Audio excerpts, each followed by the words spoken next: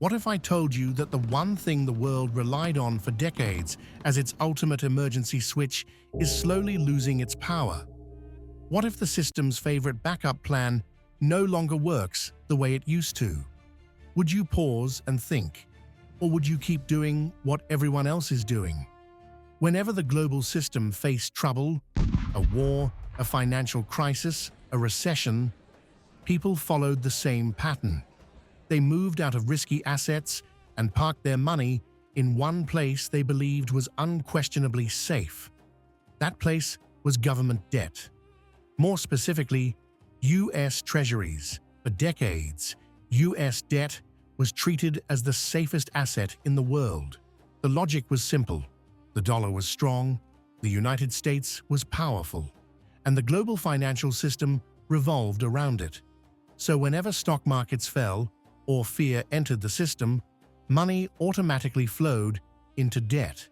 It became habit, almost instinctive, like muscle memory. But something unusual is happening now. The asset once considered safest is quietly being questioned. Countries are slowly reducing their exposure to U.S. debt. Central banks are rebalancing reserves. Gold is being accumulated, and paper assets are losing priority. This does not make headlines, because real structural change never arrives as breaking news. It shows up in balance sheets, not newspaper headlines. Now ask yourself a simple question. If trust in debt is declining, where does the money go next? Real estate? When affordability is already stretched to extremes. Equities?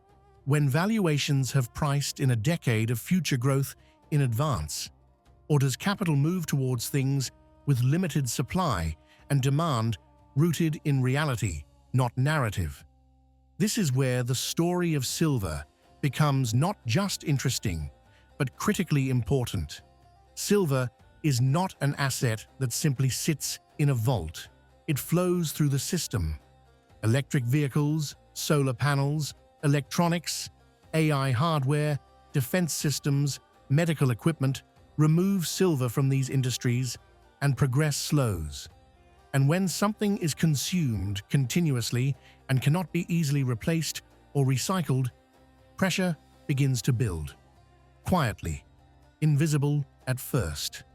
For the last 5 years, silver has been in deficit.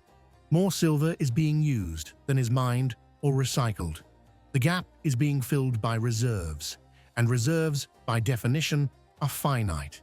They do not disappear overnight. They drain slowly, silently. The paper market insists that everything is under control, but the physical market is sending a very different signal. Paper markets can create an infinite number of contracts. Physical markets require metal. And whenever someone claims that price is controlled, the real question is never if control breaks, but when. History is clear on one point. Paper control works only as long as physical demand remains weak. Once physical demand becomes unavoidable, paper dominance begins to fail. Now consider another layer to this story. China. China has officially placed restrictions on silver exports. The language is mild, the impact is not. Supply chain control means the market no longer decides freely. Control decides. And when supply is controlled, pricing mechanisms change. Rules are rewritten. At this point, many people ask the obvious question: why not gold? Gold preserves wealth. Silver preserves wealth and is consumed by industry. Gold can be stored and forgotten. Silver cannot. This is why silver no longer fits into old definitions. It is not merely a commodity, and it is not only a precious metal.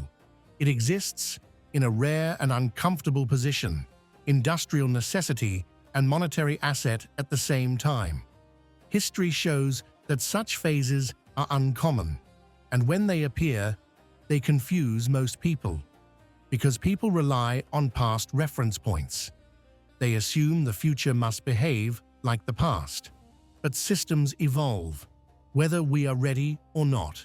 I am not suggesting that anything dramatic happens tomorrow. Predicting dates is easy. Understanding processes is difficult.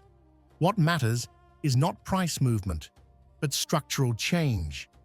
Those focused only on price often miss the deeper story. Those who study the process tend to see the shift long before it becomes obvious. This channel is not about telling you what to buy or what to sell. It exists to help you ask better questions. Experts change their opinions. Narratives shift with cycles. But understanding outlasts every cycle. If you want clarity without noise, process instead of prediction, stay with this channel. Because this story is only halfway told, and what comes next will never arrive loudly. The biggest shifts always happen quietly from inside the system outward.